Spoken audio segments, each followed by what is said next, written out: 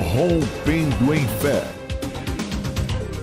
Um dos textos mais importantes. Mulher que padecia por a vida de todo ser humano. Cada ação há uma reação do seu retorno. Os males que tem. Começa agora o programa que veio para abençoar a família brasileira. Produzido pela Igreja Batista Lírio dos Vales, Ministério Costa Azul. Rompendo em Fé.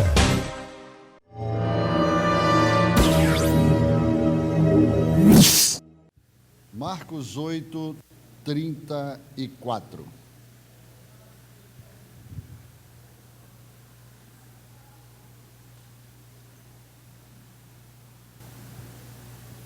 Marcos 8, 34 diz assim: Então, convocando a multidão e juntamente os seus discípulos, disse-lhes: Se alguém quer vir após mim, a si mesmo se negue, tome a sua cruz e siga-me. Quem quiser, pois, salvar a sua vida, perdê-la-á. E quem perder a vida por causa de mim e do Evangelho, salvá-la-á.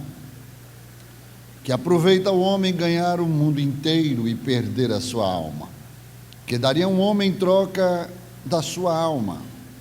Porque qualquer que nesta geração adúltera e pecadora se envergonhar de mim e das minhas palavras, também o Filho do Homem se envergonhará dele quando vier na glória de seu Pai com os santos anjos. Dizia-lhes ainda: Em verdade vos afirmo que dos que aqui se encontram, alguns há que de maneira nenhuma passarão pela morte até que vejam ter chegado com poder o reino de Deus. Essa palavra vai mexer com você hoje. Amém? Não permita que ninguém tire a sua atenção, conversando paralelamente, que toda conversa seja vertical, que o Espírito Santo quer falar agora com você. Texto muito conhecido, você conhece assim, só em pensar já conhece essa palavra, porque ela é uma palavra que condiciona você seguir a Jesus. E o texto diz que Jesus estava diante da multidão e dos seus discípulos. Versículo 34, então ele convocou a multidão juntamente com seus discípulos e declarou: se alguém, não falando simplesmente aos discípulos, mas também à multidão, se alguém quiser, é condicional, vir após mim, e eu vou redundar aqui, e se tornar meu discípulo, precisa fazer algo, porque para ser discípulo de Jesus, a palavra discípulo quer dizer ensinável, precisa aprender.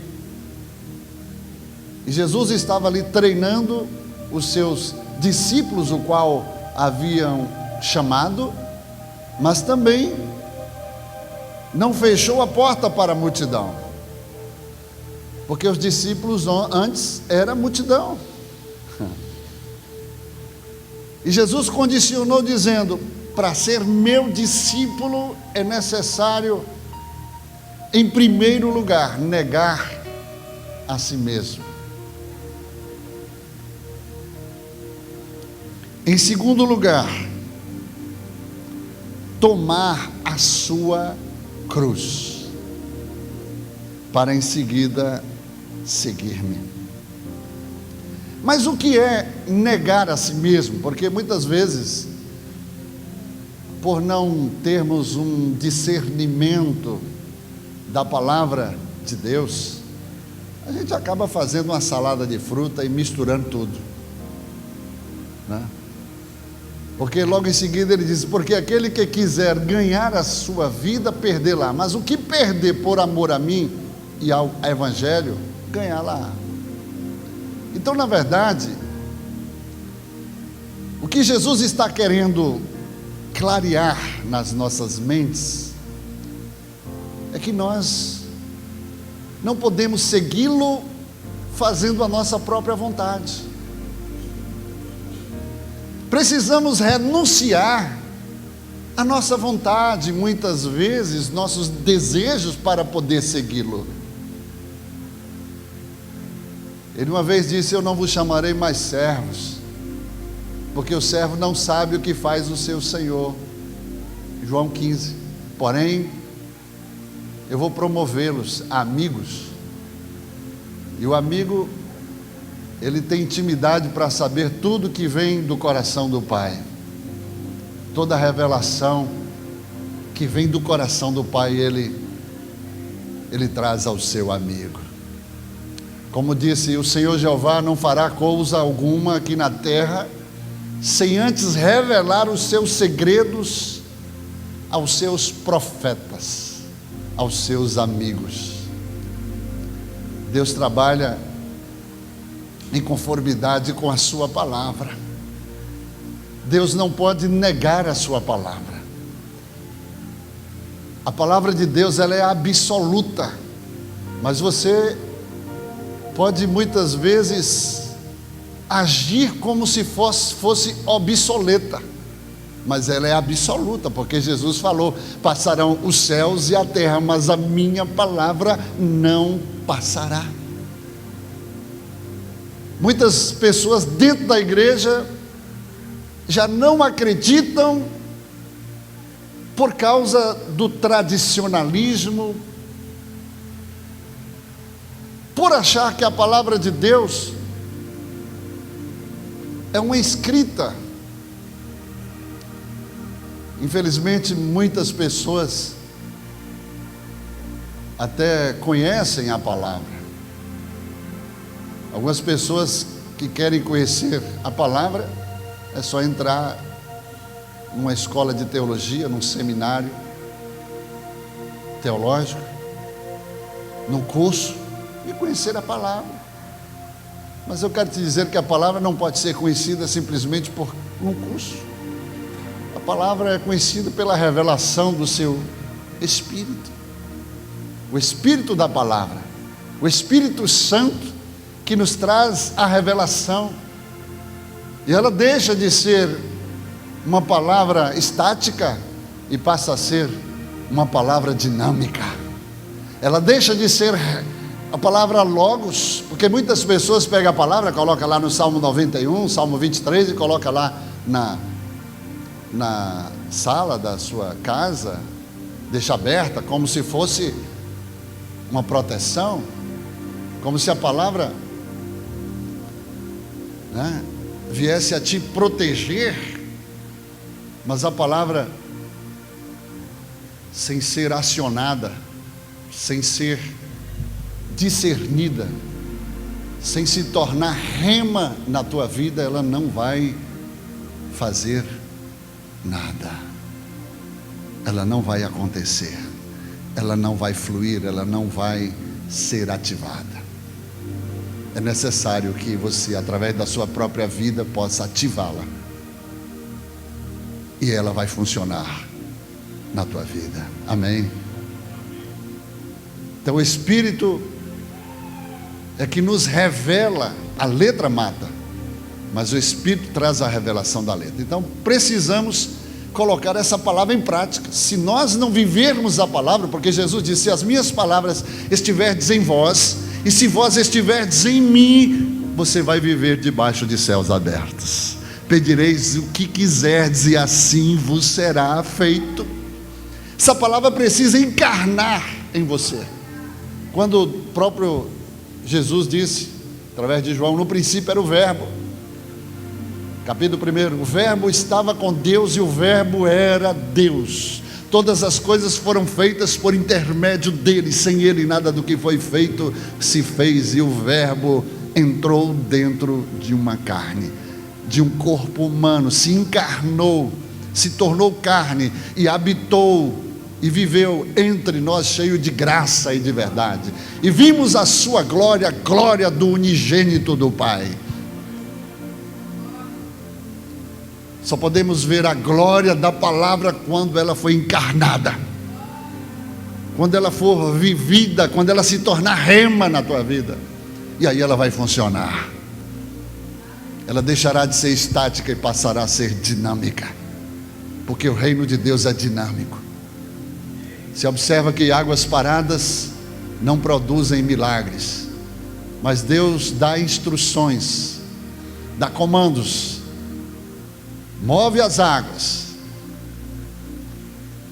Lá no tanque de Betesda, enquanto a água estava parada, não acontecia milagre nenhum, mas quando o anjo descia e movia as águas, o que primeiro descesse as águas era curado de qualquer enfermidade.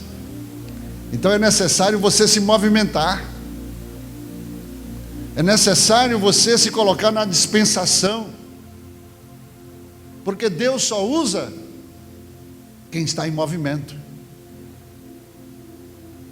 Não fique esperando que as coisas vão acontecer na tua vida parado. Foi por isso que ele chamou, e ele disse: assim como o Pai me enviou, eu também vos envio. Recebei o Espírito Santo. Aleluia. Então Jesus, ele condiciona: para ser discípulo, precisa primeiro negar a si mesmo. Negar a si mesmo não é você tornar pelo avesso, é você conhecer a palavra e colocar como prioridade a palavra de Deus na sua vida, na sua vontade, nos seus desejos, na sua caminhada, no seu viver diário. Porque a vontade de Deus, irmãos, em primeiro lugar, é melhor do que a sua vontade. Isaías diz que os caminhos do Senhor são maiores do que os vossos caminhos, os seus pensamentos também maiores. Assim como os céus também é maior do que a terra, assim também todo o propósito de Deus é maior, está acima do homem, está acima do pensamento humano. Aleluia. A vontade de Deus é maior e é melhor do que a sua vontade, porém ela é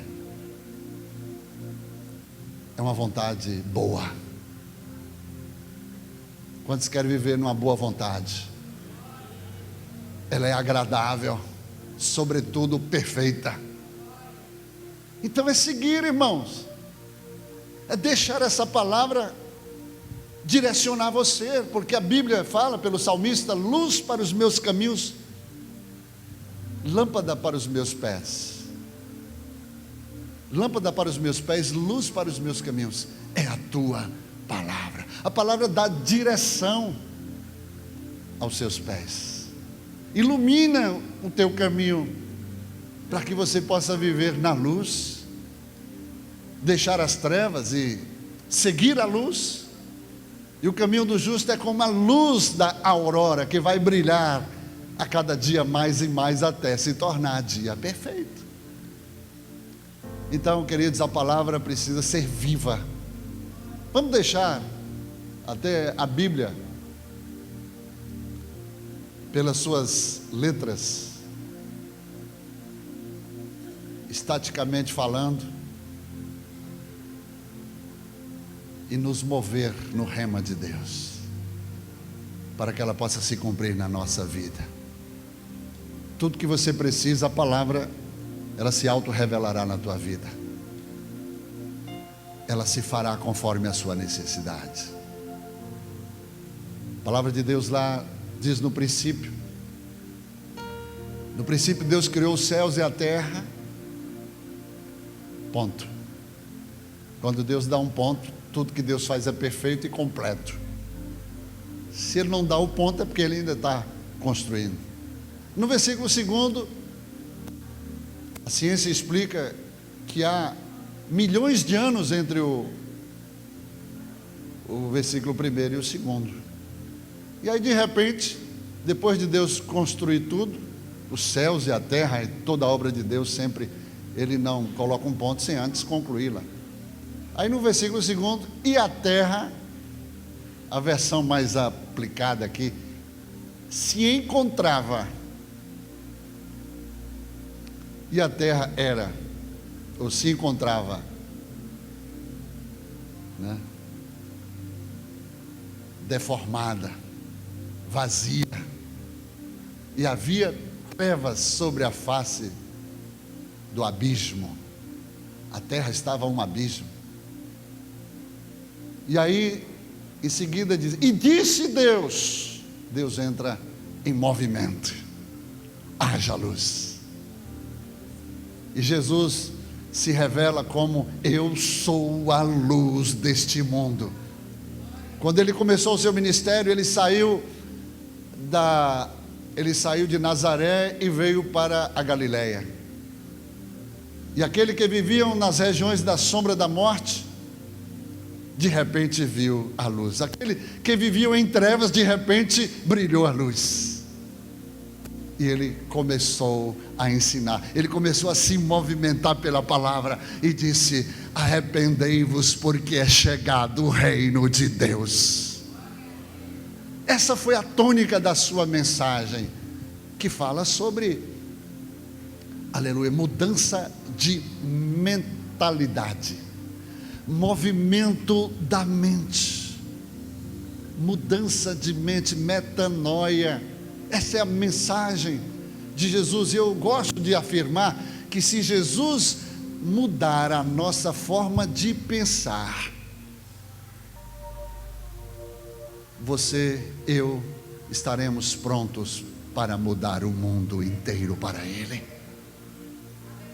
Essa foi a mensagem de Jesus, mudar a forma de pensar, porque Provérbios diz que você é o que você pensa. Assim como você pensa na sua alma, assim você é. Em outras palavras, você vale o que você pensa. Você vale o que está dentro aí dessa caixa mental. Você sabe que o mundo hoje é governado pelos mortos? Uau! É, pastor? É. Aliás, muita gente, o mundo, né, que jaz no maligno é. Por quê?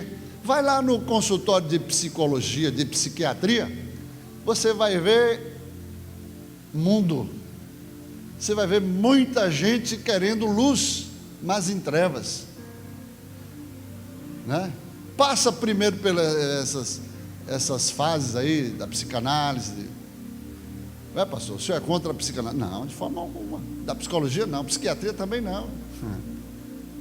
Mas os próprios psiquiatras, psicólogos, os psicoterapeutas precisam de luz, precisa do Espírito da revelação, o Espírito de Deus para levá-los, para levar pessoas à luz, para sair das trevas, porque alguém que não recebeu o Espírito Santo, não pode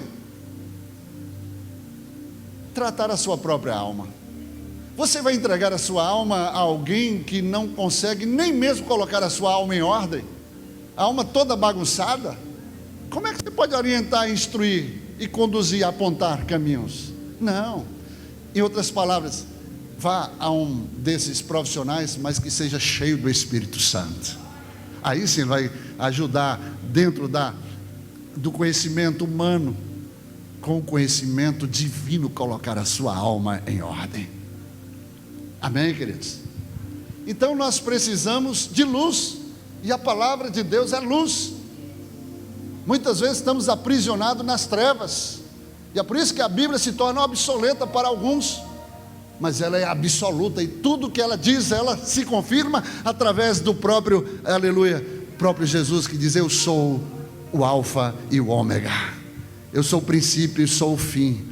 Mas entre o princípio e o fim há um intervalo, quem sabe para alguns há uma distância muito grande, mas ele se torna esse intervalo, essa distância, esse percurso, esse caminho, pois ele diz: eu sou o caminho, a verdade e a vida, e ninguém pode sair do princípio ao fim, a não ser através do caminho que sou eu, Jesus. Ninguém pode chegar ao Pai, ninguém pode seguir após mim para chegar ao reino dos céus, se não for através do caminho. E para você entrar nesse caminho, queridos, você precisa se condicionar a ser discípulo. E para ser discípulo você tem que renunciar a você mesmo, porque o que quiser ganhar a sua vida, perdê-la. O que Deus está querendo dizer? Que se você for pela sua razão, pelos seus próprios, pela sua própria capacidade, pelo seu próprio ensinamento, você vai se perder no meio do caminho. Mas se você se tornar discípulo, deixar Ele dirigir os teus passos, deixar Ele conduzir a tua vida, pode ter certeza que Ele é a própria garantia de que você vai chegar ao reino dos céus. Mas o problema maior hoje aqui, irmão, sabe o que é? Qual é? O problema maior é que, infelizmente, nós queremos ser discípulos de Jesus sem ser ensinável. Ser discípulo é ser ensinável, é você se submeter àquilo que lhe vai ser ensinado. Mas tem gente que não se submete, tem gente que não tem humildade para se submeter, para aprender, para reconhecer, para muitas vezes até mesmo declinar em algumas coisas próprias. Nós temos que, eu estou aqui sendo um instrumento de Deus para instruí-los, mas não quer dizer que eu não tenho que aprender, eu não tenho que ouvir, eu não tenho que sentar para poder receber uma ministração, ser ministrado, ser tratado, ser treinado, ser lapidado. Não, esse é o processo da cruz. Amém? E eu quero te dizer que o foco de Jesus sempre foi a cruz, porque foi na cruz que Jesus venceu o diabo. Foi na cruz que tudo, aleluia, começou.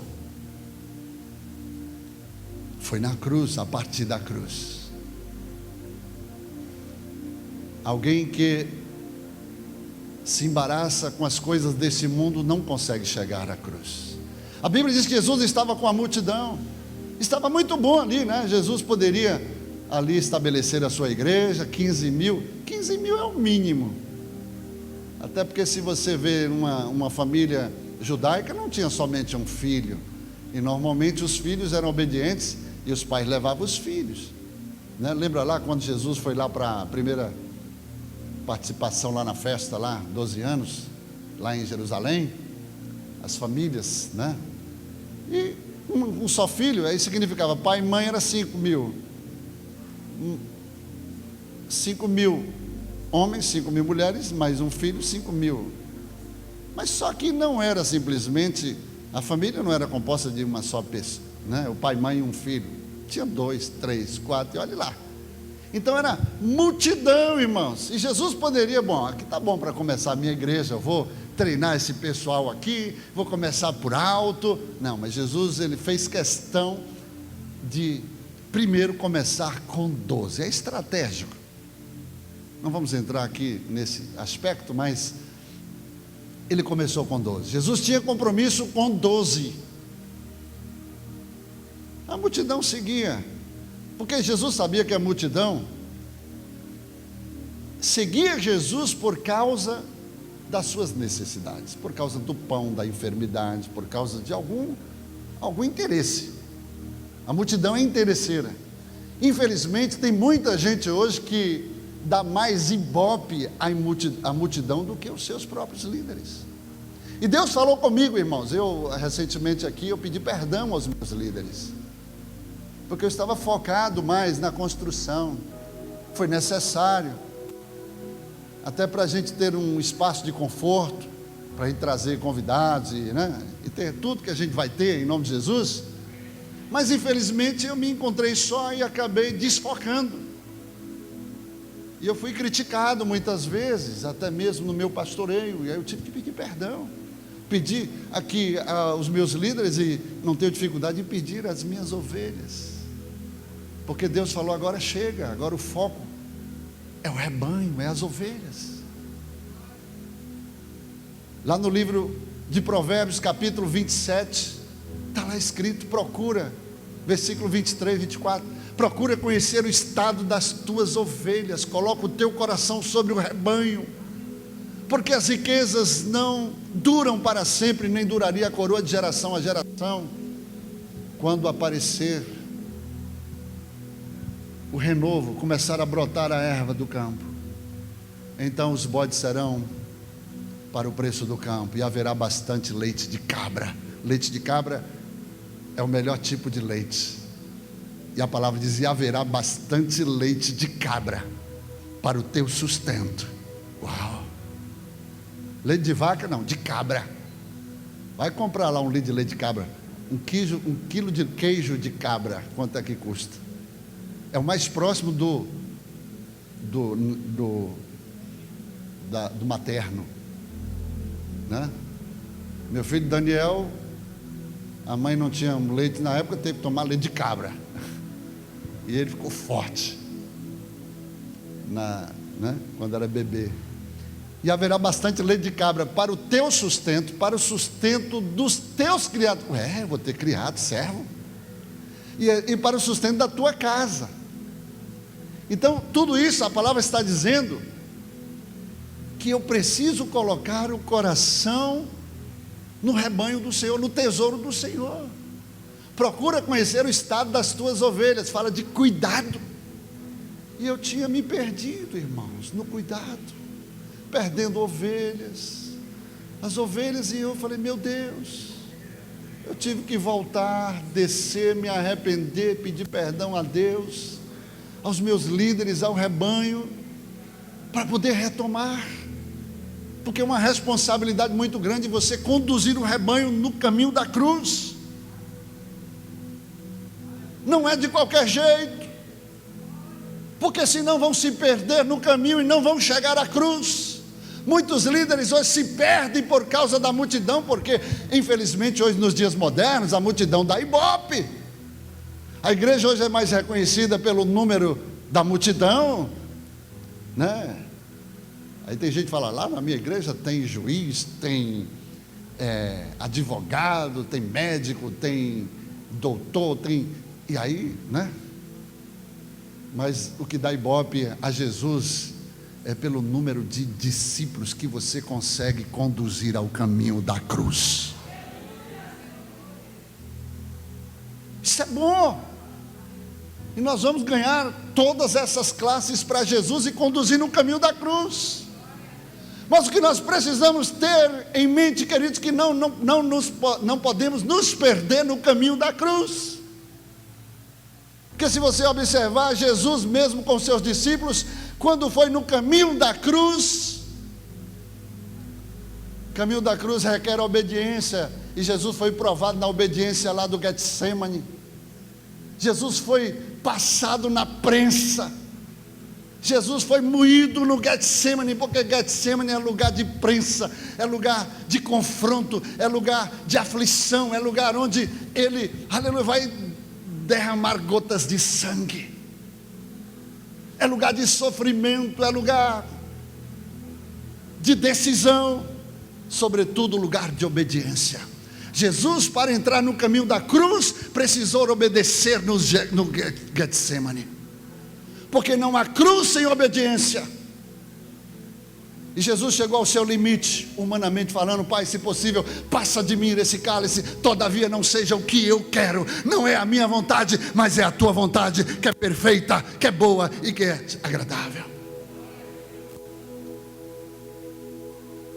E Jesus foi no caminho da cruz. Não pense que os discípulos que estavam sendo treinados por ele ainda não estavam prontos. E foi por isso que Jesus não pôde abençoá-los ou dar dons, dar capacidade, aleluia, ainda os sinais, os prodígios e as maravilhas, a unção sobre eles. Sabe por quê? Que não basta apenas se tornar um discípulo, Discípulo está num processo de aprendizado. E tem coisas que Deus só vai dar para ele depois da cruz. Ele precisa chegar ele precisa chegar ao seu Gólgota, lugar de exposição. E lá ele morrer. Quando Paulo diz: olhe para mim, sede depois meus imitadores como eu sou de Cristo, porque não vivo mais eu, mas Cristo vive em mim. O que é isso, pastor? Quantos podem declarar: Cristo vive em mim? Quantos declarar? Tem muito mentiroso levantando a mão.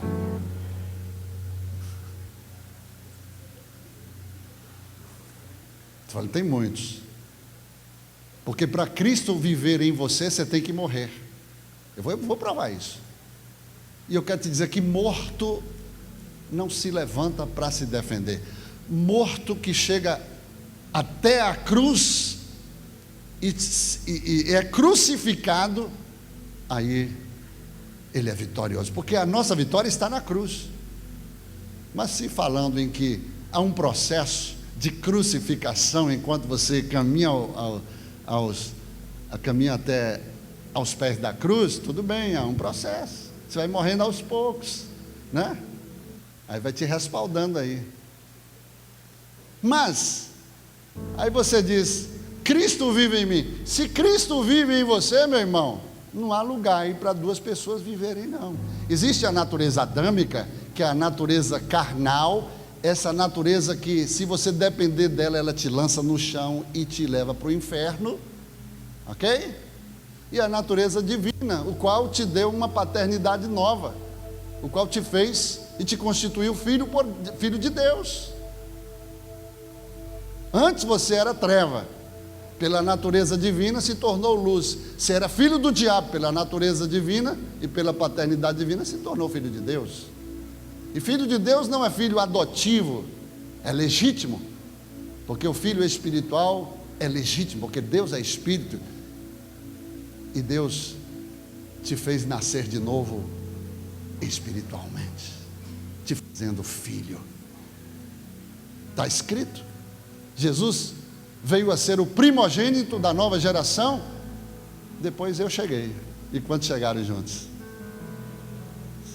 Ele veio para os seus, mas os seus não receberam. Mas a todos quantos o receberem, lhes darão o poder de se tornarem filhos de Deus, a saber que não nasceu da vontade da carne nem do sangue, mas da vontade do Pai que estás nos céus.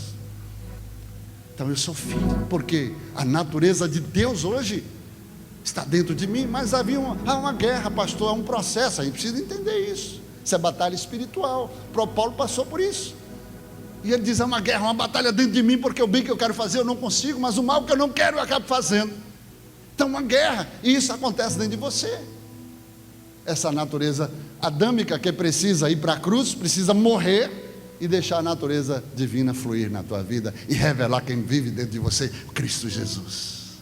Amém? Então quando você diz: Cristo vive em mim, mas aí você anda pecando o tempo todo. Ah, pastor, mas é um processo, pega leve. Por isso que eu gosto de dizer assim: olha, meu filho, eu estou em construção, viu? Na hora de me julgar, pega leve, porque eu estou no processo. Eu estou ainda no caminho da luz da aurora, me aperfeiçoando, sendo treinado. Então, meça as suas palavras para me julgar. Aí Jesus falou: quando você for me julgar, olha lá no espelho primeiro. Olha lá, se julgue primeiro. Olha lá o tamanho da trave que está nos seus olhos, para querer tirar o cisco que está no meu. É assim que a gente precisa viver, irmãos, a palavra. Mas infelizmente as pessoas se colocam por juiz e começam a julgar os irmãos. Hoje estava falando sobre batalha espiritual pela manhã, na escola bíblica. Irmãos, e dentro desse processo de caminho da cruz, você vive a batalha espiritual. Porque existem duas realidades: ou você é luz ou você é treva. Não existe meio termo. Ou você entra pelo caminho da luz. Qual é o caminho da luz? É um caminho estreito, é apertado, espinhoso, e poucos são os que passarão por ela. Mas a treva é multidão, fala de multidão. Paulo diz lá em Romanos 12: não vos conformeis com este mundo de massificação de pensamentos e de ideias, mas transformai-vos pela renovação do vosso entendimento, para que conheçais qual seja a boa, perfeita e agradável vontade de Deus. Então, queridos, há uma batalha muito grande, e nós não podemos ignorar o nosso adversário. Precisamos conhecer quem ele é. Infelizmente hoje as pessoas dão mais ibope ao diabo. Não podemos subestimar nem superestimar. Tem gente superestimando. Fala mais do diabo do que fala de Deus. Seu passado já morreu, meu filho.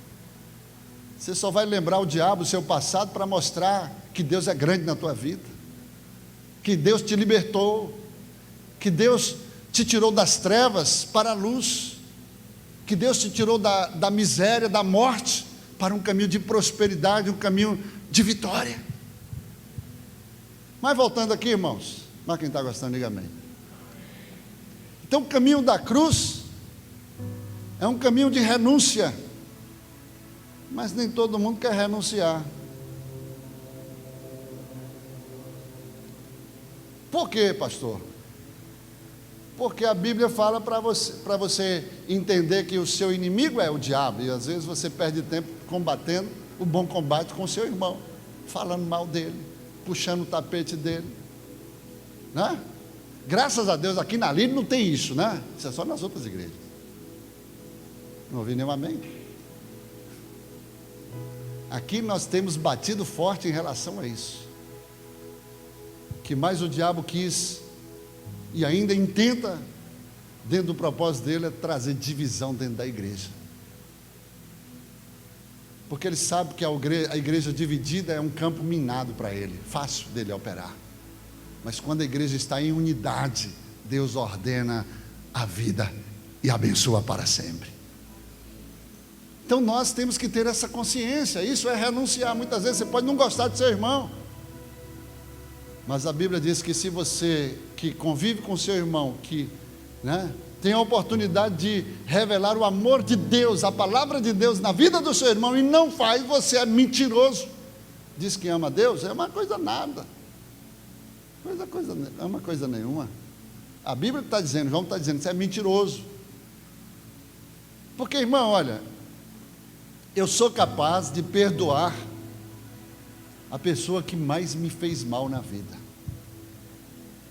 Houve um testemunho muito forte, creio que muitos aqui se lembram, naquela época, quando houve um assalto no Banco Itaú, lá em São Paulo, e entrou lá uma gangue para assaltar o banco, e tinha uma mulher grávida ali, clientes, e quando a criança que estava nos seus braços viu aquela confusão toda, a criança ficou apavorada, começou a gritar. Então a criança começou a se sentir perturbada no meio daquela confusão e começou a gritar. Aí um bandido chegou assim: olha, faz essa criança calar a boca. E ela gritava mais ainda. E a mãe aflita ali, de repente, sem saber o que fazer, no meio daquela confusão, e o cara perdeu o controle e foi lá e disparou um tiro, matou a mãe e a criança. Isso abalou a nação brasileira, irmãos. Foi noticiado em todo o território nacional, inclusive foram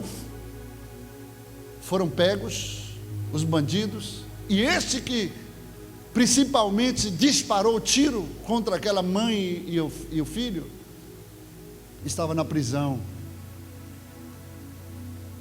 E a Bíblia diz que tudo contribui juntamente para o bem daqueles que amam a Deus. E o pai daquela criança e marido daquela mulher foi procurado para ser entrevistado, e perguntou para ele: qual é a palavra que você tem a dizer para uma pessoa, um monstro desse que destruiu a sua família? Irmão, se fosse na carne, qual é o pai ou a mãe, tendo uma perda dessa, não fica irado, desesperado, e que no fulgor da emoção deixa expressar, externar um sentimento de vingança, como a maioria do mundo. Queremos vingança, queremos justiça, não é isso? Levanta suas bandeiras, mas naquele momento, aquele homem cheio do Espírito Santo, revelando Cristo, naquele momento de dor, revelando quem vivia dentro dele, fez uma declaração e disse: a palavra que eu tenho a dar a este homem, que você está chamando de monstro, é que ele possa ter a mesma oportunidade que um dia eu tive na minha vida, de conhecer a esse Jesus maravilhoso, que transformou a minha vida, que mudou a minha história, e que pode mudar a história dele.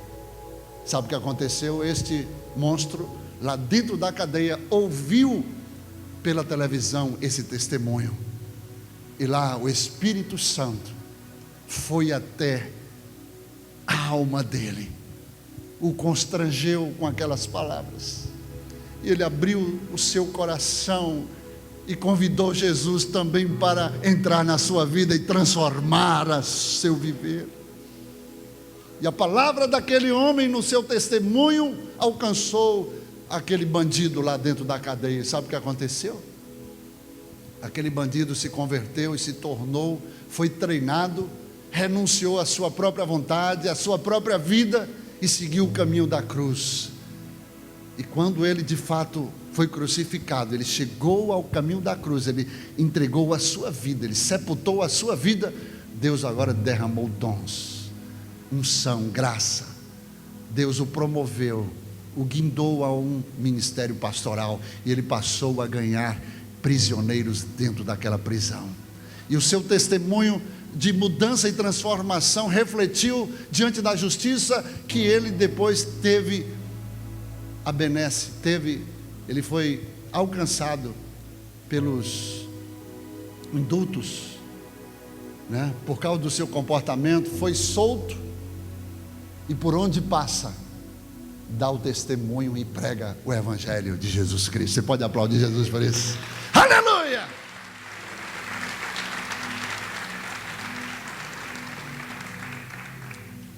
Seguir o caminho da cruz é você renunciar a si mesmo, é deixar de fazer o que você fazia e passar a fazer o que Deus quer que você faça. Se matava, não mata mais, agora você traz vida. Se mentia, não mente mais, você traz a verdade. Se pecava, não peca mais, você traz o Evangelho, que é mudança de mente, de rota, mudança de mentalidade. É você deixar de viver o seu eu, para Cristo viver no centro da tua vida e da tua vontade. E eu quero encerrar, mas quem está gostando, diga amém. É muitas vezes que nós observamos hoje, tem pastores, líderes modernos hoje que esquecem o caminho da cruz e preferem permanecer no caminho junto com a multidão. Mas Jesus falou para a multidão e para os seus discípulos: quem de vós quer se tornar meu discípulo? E condicionou: primeiro tem que negar a si mesmo. Tem muita gente dentro da igreja que está no processo da cruz, mas não chegou até a cruz. E somente depois da cruz é que você vai receber coisas extraordinárias da parte de Deus sobre a tua vida. No caminho da cruz, muitos podem desertar por causa das pressões. Aconteceu com os discípulos. Quando Jesus obedeceu no Getsemane, foi consumar a sua morte na cruz, para nos tornar mais do que vencedores e vencer o diabo. Só que a pressão levou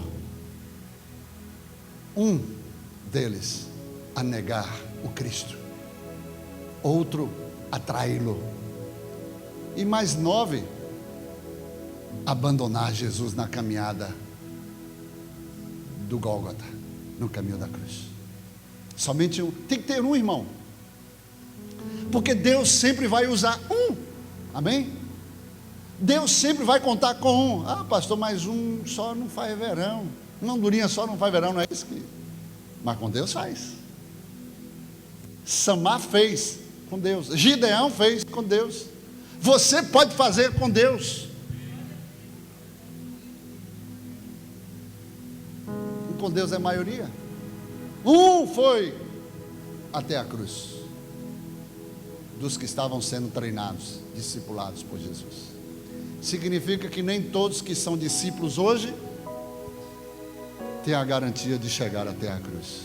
Muitos podem trair, muitos podem negar, muitos podem abandonar. Sim ou não? É um modelo. Agora olha a diferença. Só que Deus não desiste de quem desiste da cruz, de quem nega e de quem o trai. Amém, queridos? Graças a Deus por causa da graça. Porque não é o que você faz, não é a sua traição, não é a sua negação, não é o abandono da infidelidade, mas é o que Ele fez. Ele foi à cruz e triunfou e venceu, e te deu a garantia de que é possível você se levantar, é possível. Deus não vai desistir de você, Deus não vai deixar você porque você se enfraqueceu, porque você se desmotivou, porque você passou por um processo e você não aguentou. Deus não vai desistir de você. Eu até imagino, irmãos, tinha que se cumprir que Judas, vou trazer uma polêmica aqui. Eu gosto de pensar, eu gosto de flutuar na palavra, eu gosto de fluir, de viajar na palavra. Pastor, não estou vendo, não está escrito. Não importa, não está escrito, mas eu tenho bases bíblicas para poder reafirmar alguma coisa dentro da minha conjectura, do meu pensamento. Então eu vou viajar no meu pensamento, não estou dizendo nada que está escrito. Se você não crê, é problema seu, mas eu gosto de falar isso. Se a graça de Deus, irmãos, você não teve participação nenhuma, é um presente. Graça não é presente? É o dom perfeito de Deus, é algo que Deus é quem faz. Quando você recebe um presente, vou falar um pouquinho aqui. Quando você recebe um presente, toma aqui, minha filha, um presente. Você recebeu o presente, lhe custou alguma coisa? Não. Você sabe quanto custou? Pelo conhecimento de Cristo, você pode até saber que custou sangue, a vida dele. Foi algo difícil, ninguém pode fazer, mas é um presente. Irmãos, a palavra de Deus diz: aquele que vem a mim, de maneira alguma o lançarei fora. Aquele a quem o Pai me dá, ninguém arrebata da minha mão. Agora, você pega o presente, você pode ignorar o presente, pode não dar muita importância ao presente, mas você está com o presente. Não, mas eu vou ser educado e se eu receber de graça, eu vou mantê-lo. Amém? Agora, é diferente de você pegar o presente e jogar fora. Enquanto o presente na tua mão, você tem a garantia do que ele fez por você. Ah, pastor, aquele que perseverar até o fim será salvo. Isso aí, meu filho, você tem que ter o discernimento da palavra. Isso aí se aplica lá na tribulação, que o povo vai precisar perseverar. O Espírito Santo não vai estar lá, mas o que perseverar até o fim é outra história, será salvo. Ué, pastor, então quer dizer que eu recebi a salvação e eu não perco a salvação? Se você jogar a salvação fora, você perde, é o presente. Mas se você manter o presente, mesmo sem dar a devida importância a ele, isso aqui é salvação, é diferente de galardão. Cada um vai receber a recompensa conforme a obra. Isso é galardão. Salvação, o Dimas lá no Calvário não fez obra nenhuma, recebeu o quê? Salvação. Então a gente precisa ter o discernimento da palavra, o entendimento. Isso é rema.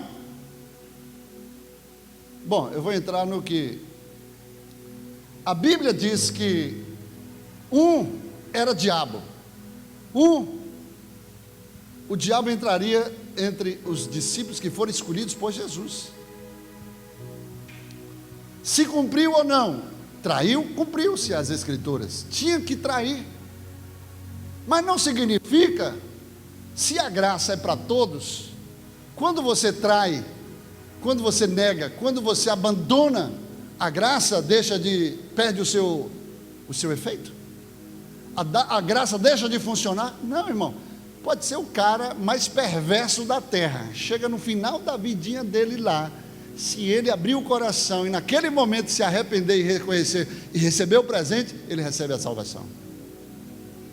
Agora imagina se nós tivéssemos, que a Bíblia fala, que é melhor dois do que um, porque se um cai o outro levanta seu companheiro, está escrito, pelo menos na minha Bíblia está.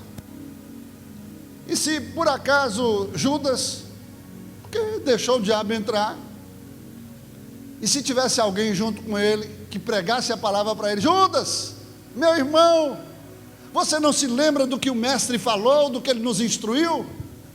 Você não se lembra que ele é a manifestação da graça? Ele não se lembra das profecias messiânicas, do que disse o profeta Isaías? Que o governo estaria sobre os seus ombros, e ele seria chamado maravilhoso conselheiro, Deus forte, Pai da eternidade, príncipe da paz?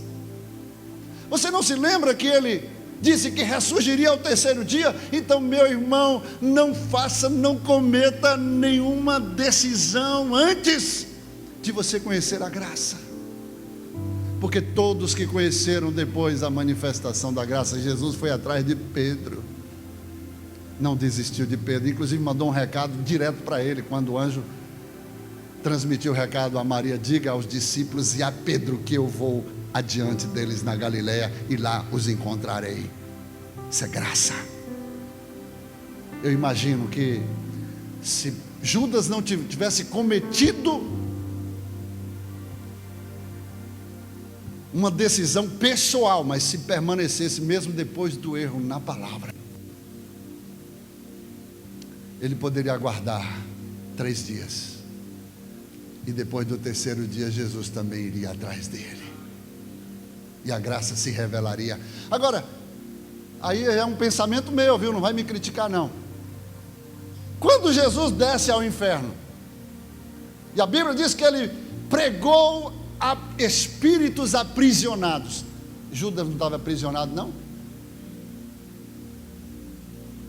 Bom, não fez separação. Jesus não faz acepção. Se ele pregou aos espíritos que estavam condenados ao inferno, Jesus deu oportunidade para todos eles. Eu creio, irmão. Se você não quer, problema seu, mas eu creio. E eu imagino aqui a minha mente viajando. Judas, depois, na hora que viu tudo se cumprindo, ele falou sobre isso, que ele desceria até o inferno, cumprindo a profecia de Gênesis 22, que ele se colocaria no portal da cidade de seus inimigos, e ele chegou lá como Senhor para poder pregar, porque tudo estava escrito, e ele era discípulo. E eu creio que Judas falou: eu vou sentar no primeiro da fila, eu vou sentar logo na frente, porque na hora que Jesus chegou, eu creio que Judas, eu não sei, só vou saber lá, depois você não está dizendo que o pastor disse, né? Quando eu estiver lá, eu posso ter, irmãos, a Bíblia diz que naquele dia será um dia de surra. E quem te garante que Judas não pode estar lá naquele dia? Quem te garante? Isso não é uma surpresa? Sim ou não?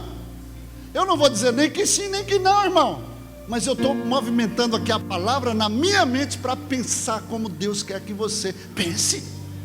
Isso é graça. Aleluia. E eu finalizo. O tempo já foi, não dá mais para deixar aqui, eu vou até de tarde. Mas está gostoso ou não está? Quem está gostando, diga amém. Quando Deus abre a porta da revelação, meu filho, a gente viaja.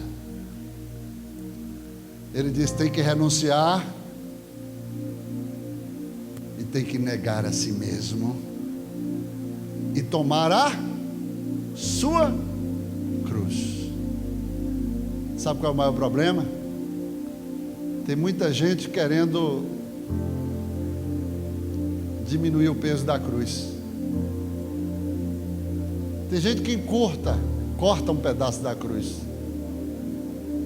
Eu quero te dizer uma grande verdade. A sua cruz, ela é personalizada. Tem o seu nome. Não dá para trocar. É do seu tamanho. É na sua medida. É exatamente aquela que foi encomendada para você. Então não queira. Jesus vai te aliviar a cruz. Ele disse: vinde a mim todos vós. Está cansado? Está sobrecarregado? Jesus disse: eu vou aliviá-los. Tomai sobre vós o meu jugo e aprendei de mim, que sou manso e humilde de coração, e encontrarei descanso para as vossas almas, porque o meu jugo é suave e o meu fardo é leve. Aí Jesus vai aliviar: vinde a mim e eu vos aliviarei. Como é que Jesus alivia, irmãos? Tomando a cruz dos seus ombros? Não. Cortando a cruz? Não. Quantos conhecem na fazenda, na roça, aquela junta de bois? Quando já viu em filme, já trabalhou lá, inclusive tocando boi lá, né? Levando os bois, 2 bois coloca na frente com uma canga que chama-se de jugo, né? Coloca sobre o pescoço dos bois para poder aliviar o fardo daquela carga que está sobre o carro do boi. Sim ou não? Estou encerrando. Aguenta mais 2 minutos. Aí os bois trabalham o dia inteiro ali. Por quê, irmão? Porque um ajuda o outro a carregar o fardo. Não é isso? Aí vai lá o boi. Vem cá, minha filha, vem cá. É um boi e uma boia. Boi e uma vaca. Tem que ser forte. Aí está lá a canga no pescoço da vaca, do boi, e passa o dia inteiro lá, um aliviando o fardo do outro, e trabalha, levando a sua cruz. Jesus está dizendo: está lá, desce aí o pescoço, né? Aí Jesus fala assim: está cansado? O seu fardo você está levando sozinho? Está carregando a sua cruz sozinho? Eu não vou cortar. Pode sentar, obrigado. Eu não vou cortar, não vou diminuir o seu fardo, não vou trocar a sua cruz, o seu fardo. Mas Jesus declarou: está sentindo cansado? Vinde a mim. Vinde a mim, todos vós que estáis cansados, sobrecarregados, e eu vos aliviar. Eu vos aliviarei. E Jesus, ele oferece o pescoço dele para poder andar com você. E você anda a vida inteira com Jesus, levando a sua cruz. E você chega lá no Gólgota para cumprir o propósito como discípulo. Tem que morrer na cruz. Tem que morrer a velha natureza. E quando você é sepultado na cruz, você é vitorioso sobre o diabo. Aí verdadeiramente você passa a viver a nova natureza. Como Paulo disse: não vive mais eu, mas Cristo vive em mim. Está lhe perturbando? Morto não tem problema com perturbação. Defunto não se levanta para se defender. Defunto não tem problema com reputação. Ah, pastor, e a minha imagem, a minha reputação? Quem disse que você tem? Você deixou lá nos pés da cruz. Aí quem que vai me defender, pastor? Quem vive em mim, que agora vive em mim, é que vai me defender. Ele vai te defender. Ele vai tomar as tuas dores. Ele que vai te conduzir, que vai falar pela tua boca quando você não souber o que falar. É Ele que vai viver em você. Que Paulo diz: olhe para mim, sede meus imitadores, como eu sou de Cristo. porque não vivo mais eu, mas Cristo vive em mim. E agora a vida que eu vivo nesta carne, é nesse corpo, porque o Espírito precisa de um corpo, um veículo para se movimentar aqui na terra. Vivo pela fé. Se não for na fé, meu irmão, se você não crer e não entender como as coisas funcionam no mundo espiritual, pela fé do Filho de Deus que me amou e foi capaz de entregar a sua própria vida por mim, então Ele vive em mim. Às vezes uma pessoa vai te abraçar, aí você, poxa, eu senti o abraço de Jesus. As pessoas vão orar por você, sente como Jesus estivesse orando. A pessoa vai andar com você, poxa, toda vez que eu andei por ele, eu senti a presença de Jesus. É por isso que você não pode ignorar ou subestimar aquele que Deus colocou na tua vida.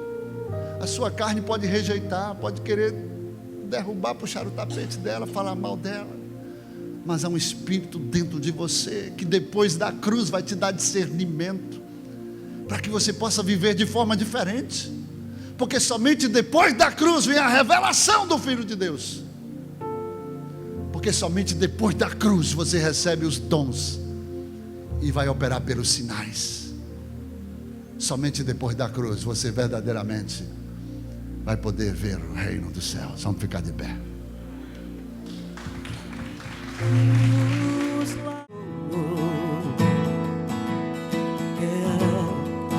Foi a minha decisão, Jesus amado,